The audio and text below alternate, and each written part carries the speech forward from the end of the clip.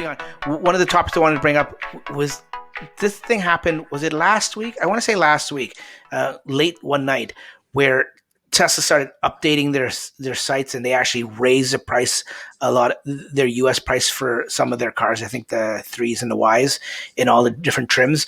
They raised the price and adjusted it. I mean, I'm not going to get into that. I mean, for me to say this now, by the time I say it, Tesla's going to change their price again. They've changed it so often. So I'm not going to get into the price change with the US thing. But what I want to bring up, and this article is from Drive Tesla Canada, and you guys are probably familiar with it. Like I said, it came out last week. But I just want to clarify a few things.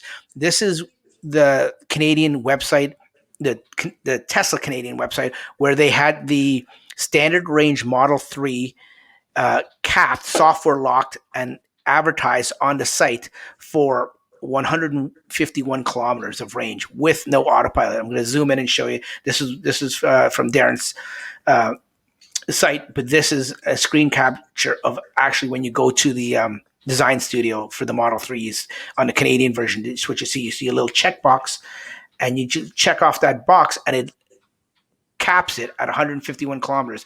Now, the reason I want to bring this up for the international people, I think the Canadian people have it pretty good. You know what? I say that, but I was looking at an electric article on this, and Fred Lambert, who is Canadian, he sort of he got it, but he didn't just word it properly. Darren's one of the best people I know in his article, because he's also Canadian, that worded it.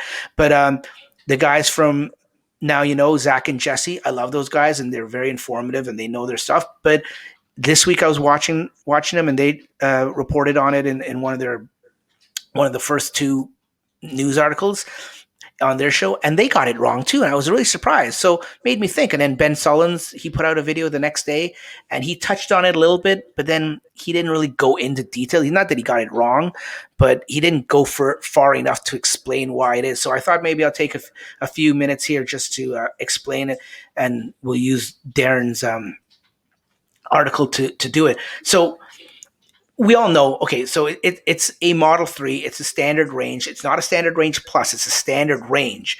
And what they do is it's exactly the same as a standard range plus, but what Tesla does is they software lock it. That's the beauty with Teslas. Everything, the majority of the car is done on software. So they're able to software lock it and bring the price from, I think the original price is, I should know this. You know what? Let me go to the site right now as we're talking about it. I think it's like 52.9 or something like that, or 55. I'm going to tell you in 1 second, folks. I should have this up. I apologize. It is. Tesla's site is pretty fast. So, okay, it's 52.9. So basically 53,000 Canadian dollars. But in Canada, we have this federal rebate program called the ZEV, I think, a zero emissions vehicle program, where they will give 5,000 Canadian dollars, which is nothing. but it's here in Canada, it's good. 5,000 Canadian dollars as a rebate off the price of the car for any car in between 45,000 and 55,000 Canadian. But it has to actually start. It has to have a trim level of any of the EV vehicles has to have a trim level under 45,000. It could be $1, it could be 1 penny, as long as it's under 45,000 and it has 5 seats, it qualifies for the rebate. So what Tesla did, and a lot of people, and this is where some of the misnomers came from. A lot of people thought, so what Tesla did, let me tell you what they did first. Tesla dropped their price to make it I'll do it right here. It says it's 46,389, but by the time you take the licensing fees off that, it actually comes in at under 45,000. It comes in at, I think, 44,999. So it comes under 45,000. So a lot of people thought, Tesla's skirting the system, Tesla's cheating the system, but they weren't. They're doing anything. They're doing anything that was legal, because trust me, if the Canadian government thought it was sneaky or anything, they would have put a stop to it. In full transparency, here in Canada, Hyundai was doing the same thing with their Kona and their Ioniq, I believe. I think those two cars.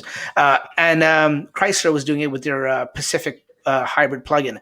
So Tesla wasn't the first car manufacturer to do this, and they weren't skirting the system. They were just doing what everyone else was doing to qualify, and the Canadian government had no problem with it at all. I mean, they've been doing it for over a year now, and people have gotten their rebate and everything, so it's working out fine. Now, what Darren says in his article is that a handful of people, when I say a handful, I think it was, at the time he looked into it, it was 120 something people, and I think by now maybe it's up to 300 people, actually took that variant of that car, that software locked 151 kilometers, which works out to 93 miles in the US. And they took that car as is. And the problem is, and here's another misnomer too, is that it is not able to be unlocked. Tesla made an agreement with Transport Canada or the Canadian government, maybe not Transport Canada, I take that back, the Canadian government, to not unlock it. As part of the agreement, they said, listen, if you're going to make this car, you're going to make it, and you're going to keep it the way it is. If someone wants the unlocked version, well, then they buy the $53,000 one, and we'll give them the rebate on that too. So there's no reason for them to unlock it. You have to know what you want ahead of time, and that's what Tesla's agreement. Now, if you sell that car, if you buy that car and hold on to it for a year and then you sell it later, of course, Tesla is going to, if you sell it back to Tesla or trade it into Tesla, not if you do it privately, then your SOL or whoever buys that car is SOL. But if you trade it back into Tesla, Tesla will just flip a button and they'll software unlock it and they'll sell it as an SR Plus, no problem. And to whoever the new owner that gets it, they're none the wiser. They're just getting a used SR Plus as far as they're concerned, right? It's actually better for them because they're getting a used car that the battery pack wasn't taxed at all. It was locked, and if that person charged to 100% every single night for the whole year they owned the car, it didn't do anything to the battery. So that's another thing in itself. So those are the things I wanted to clear up.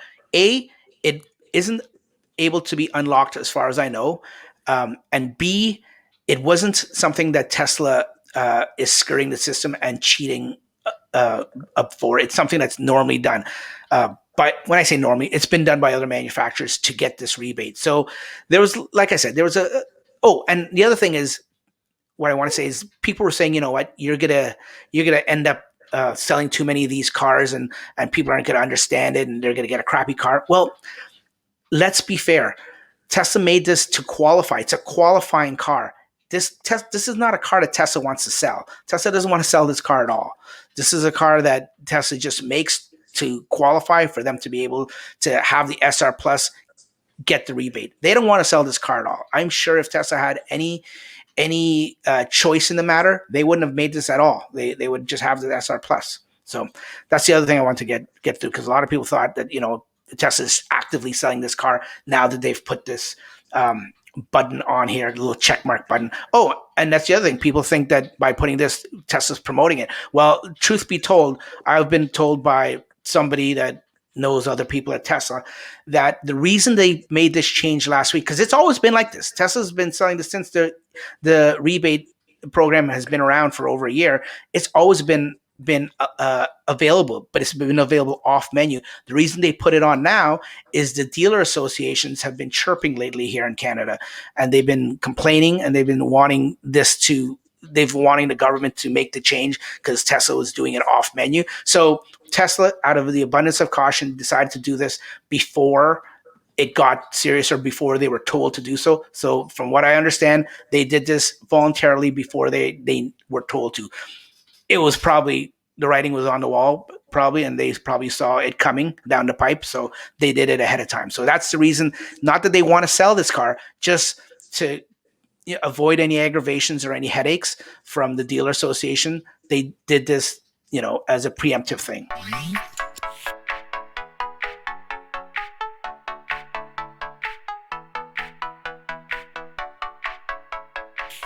Yeah.